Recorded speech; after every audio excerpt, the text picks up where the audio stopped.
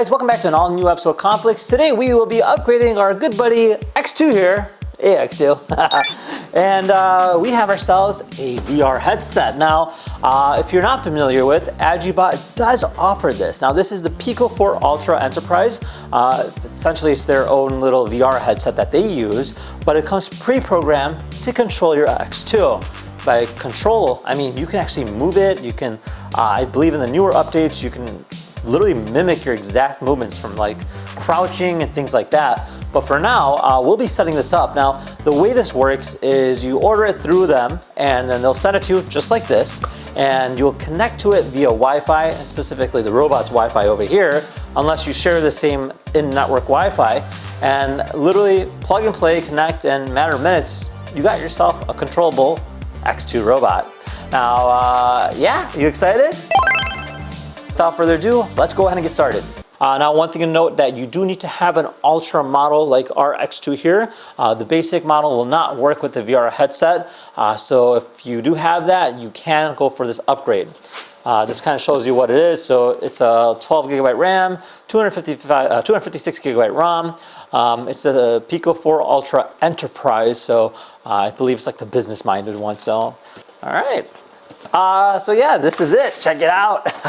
Pretty standard for a lot of the Pico headsets. We used the Pico headset with our VR treadmill in the past. So in the familiar territory, it's more programmable specifically for, in this case, obviously the Genie one that they use to control X2 here. Now, it does seem to have an adapter on the side. It looks 3D printed, so just keep that in mind. We have our two controllers, right and left.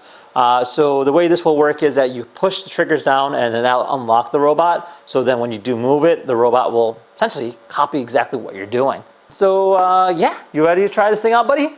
All right, let's do it. All right, all set and ready to go. So before I start this up, I took my glasses off, but I'm gonna connect to our robot via Wi-Fi. And I'm gonna connect to the robot's Wi-Fi directly. And I've connected to our robot. This is our main hub. Obviously, you can control the robot here as well. So, you know, you can have it move around, things like that. You can have it do simple functions that we've probably already seen, like clap. So this is just basic stuff. Now, in order to go into the VR mode, well, that's where it kind of gets a little bit interesting. You're going to go ahead and click on VR mode on the top here, and then this will go into our VR mode. So you'll see how the hands kind of come up just like that. So it also says maintenance mode, so just keep that in mind. To exit this mode, you just gotta simply hold the button here, long click, and it'll exit it. But now that it's on, it's connected to the Wi-Fi. We'll turn on our Pico headset next. All right, so to turn this on, there is a on button here on the side. It's just a little green button here. Hold that for a few seconds and it'll boot up. So the great thing about this is that you can teleoperate this, so you could be somewhere else while it's happening. This is kind of what the main hub looks like. You can technically customize it. Hi, Hamza. Yeah, my son's right there, by the way. Anyways, moving on, we'll click on a library, and we're gonna click on the Genie Link app. So that's gonna be this guy right over here. So we'll click that. But before I do start this, it's not gonna work off the back. We want to connect it to the Wi-Fi. If we don't connect to the Wi-Fi of the robot, it will not work. So let's connect to the Wi-Fi. All right, we are now officially connected to the Wi-Fi of the robot. Back to the app here. And then you would connect to the robot's IP address. So it's 192.168.88.88. This is the default IP address for this robot. Hit connect. And now it's officially connected. Notice the robot's not doing anything at the moment. And that is because I haven't held the click button here.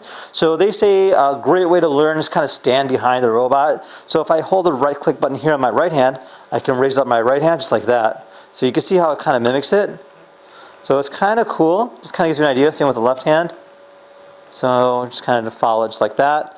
And then if you hold both, it'll just kind of copy it just like that. So you could do a few different motions. So I'm just going to kind of stand over here on the side and then hold both. And I can do this, and I can bring up the wrist a little bit, bring it down, and then like do different motions like 6, 7. But yeah, it kind of gives you an idea what that's about. And then obviously, you know, you can just kind of move it around. You can go fast, you can like pretend like you're fighting.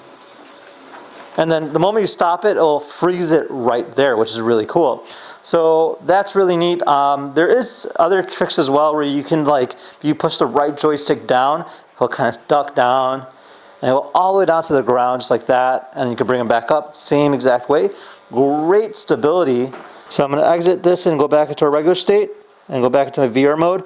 So I like to kind of restart just like this to kind of show you guys once again. So again, just trying to show it again. So you have your joysticks right over here. Hold both buttons and then I'll unlock them.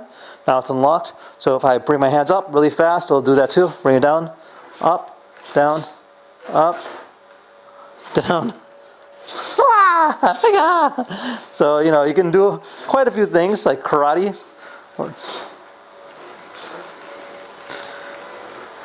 But yeah, I mean, it's really, yeah, so obviously, you know, just be aware of your surroundings. I don't think we really wanted that to happen, but yeah, so the only thing I don't like about this so far is the fact that if I go back into my resting state, it doesn't match it. It just kind of continues where it leaves off from. So if I bring it up and down, you'll see, like, it's not matching me properly there. But that's my only complaint. I would have to keep hitting the reset button. So yeah, bring that up. And do the other hand, wave high. But yeah, kind of gives you an idea what that's about. Obviously, you know, it's a learning curve, but it's nice that you can technically interact with people. And yeah. Now, with that said, if you guys have any questions, comment down below. Otherwise, we'll see you in the next video. Take care, guys. Bye-bye.